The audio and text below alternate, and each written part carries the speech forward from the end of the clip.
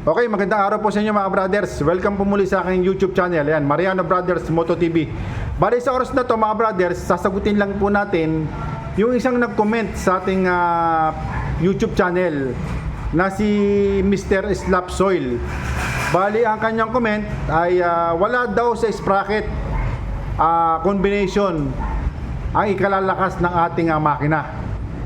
At wala daw connected ito. Lalo na po ang Barako ay inborn na sa kanyang lakas, kaya hindi na rin kailangan na sprocket combination. Ngayon, kung gusto daw natin lumakas, kailangan daw i-upgrade natin yung ating makina. Iyan yung ating sasagutin sa oras na to. Kung gaano katotoo yung sinasabi niya yan, na wala na sa sprocket combination ang ikalalakas ng ating motor. Okay? Pero bago natin simulan yan, kung napasala ka sa aking channel, huwag niyo po sanang kalimutan na mag-subscribe, pakipindot po notification bell button. Piliin niyo po yung all para updated po kayo sa mga video na aking i-upload. Okay?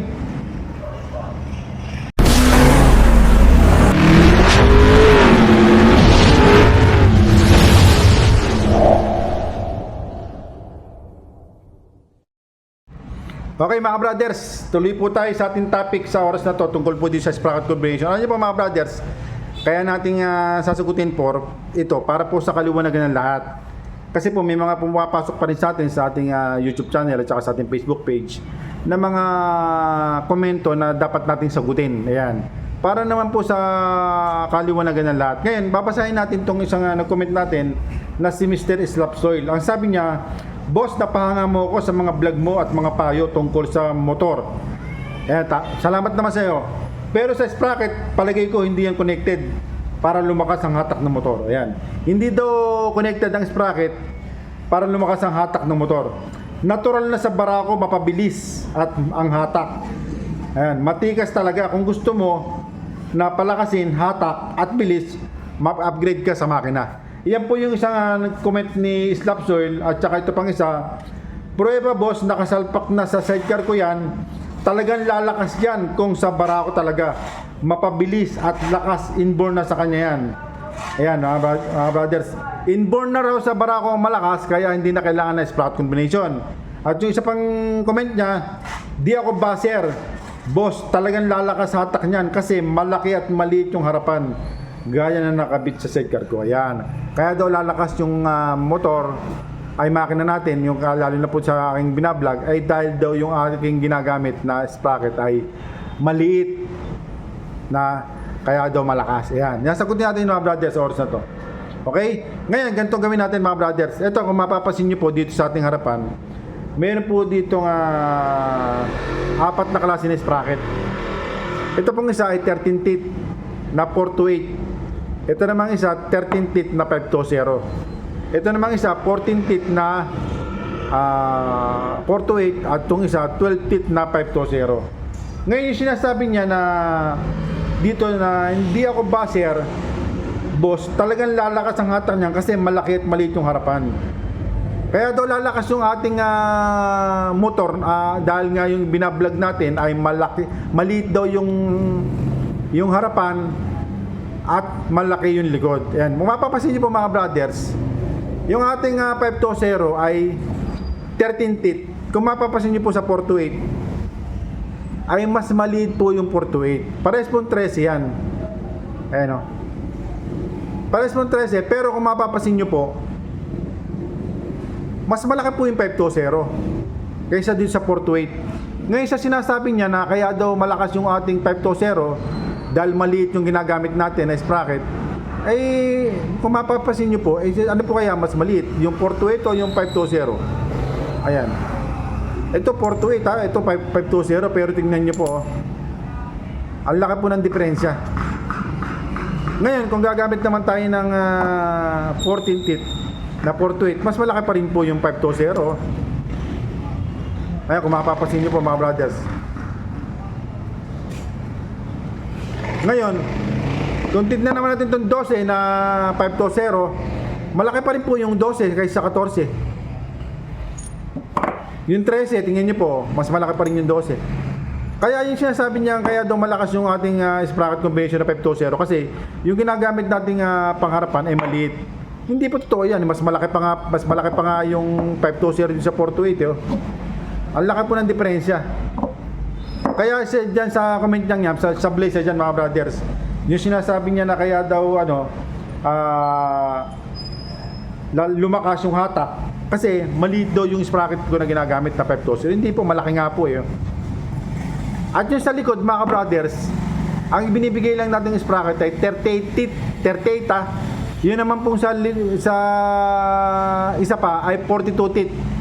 Samantalang yung 428, pag gumamit kayo ng 428, ang kombinasyon nito, gaya ng sa kanya, gumagamit siya ng 53. Iba 48. Di mas marami, mas malaki pa yun. May 51 pa.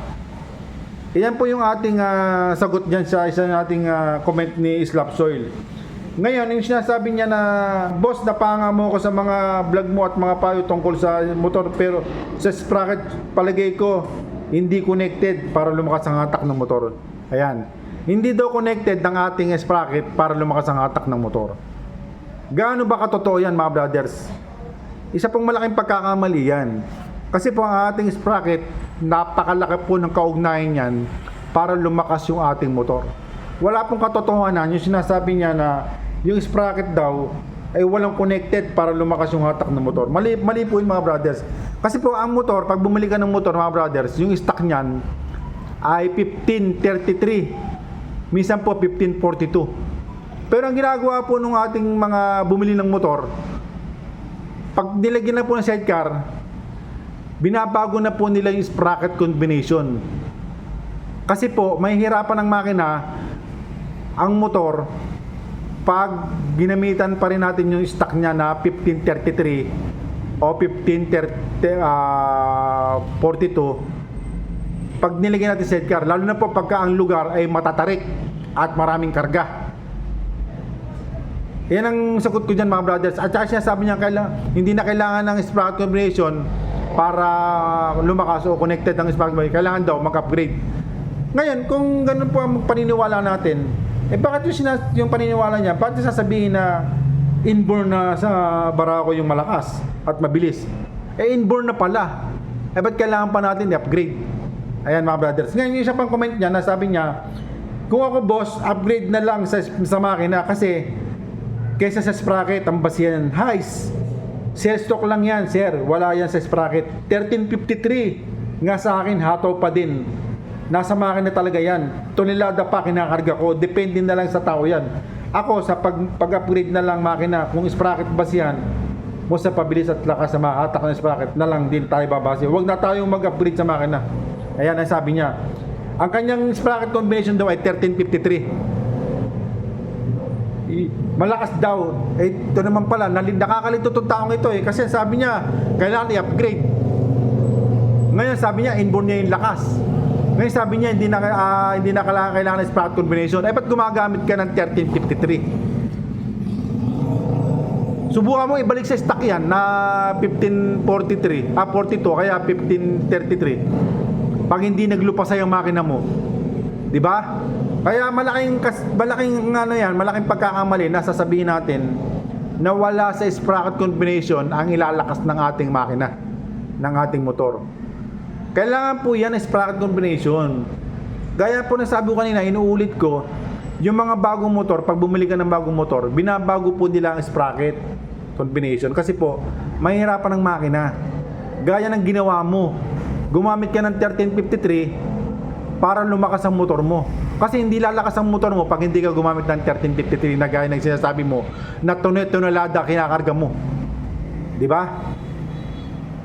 Yan ang ating sagot dyan dito kay Mr. Slap Soil na napakaraming kinument sa atin na hindi ko malaman kung anong gusto niyang palabasin, na hindi na kailangan na sprocket combination kaysa dapat i-upgrade daw. Alam niyo po, marami nag-upgrade, gumagastos 10,000. Binabago nila transmission, binabago nila kung ano-ano. Pero ang baksak, pag pumunta sa shop, nagpapakabit pa rin ng sprocket combination na 520 kasi hindi nila magamit yung kanilang ginawang conversion. Kasi po ang motor, tandaan nyo po, ginagamit po karamihan yan kaya ka mag-upgrade kasi kailangan lumakas. Ngayon, may sidecar ka, kakarga mo ng isang katutak na bigat na load, tas mabigat. Ano magiging silbi nung sinasabi mong upgrade? Eh di kailangan mo ng sprocket combination. Kasi kahit mag-upgrade ka na mag-upgrade sa makina mo, gumastos ka ng 10,000 dyan, kung ang sprocket mo ay mananatili ka sa 1533, mawawasak pa rin ang makina mo sa bigat ng load na ikakarga mo sa tricycle. Ayan ang ating paliwanag dyan mga brothers. Kaya kailangan po ang sprocket combination. Ngayon, may mga gumagamit iba't ibang sukat. Pag maraming karga, gumagamit 1348, 1351, 1353. Pero pag ginamit na po sa patag, nagbabibrate, nangingi ng cambio, nanggigigil. Ayan, diyan na po pumapasok yung ating 520. Okay? Sige po, hanggang dito lang mga brothers. Ito po, para lang po doon sa isa natin nag-comment na si Mr. Slapsoil. Na mapamalian yung sinasabi niya na hindi kailangan na sprocket combination. Kailangan po yan. Ngayon, yung sinasabi niya dapat i-upgrade. Ay mali po yun kasi sinabi niya inborn na sa barako ang malakas eh. Eh ba't kailangan pang i-upgrade? Kaya malilito ka dun sa kanyang mga komento. Okay? Sige po, hanggang dito lang at maraming po salamat. Mabuhay po kayo lahat mga brothers.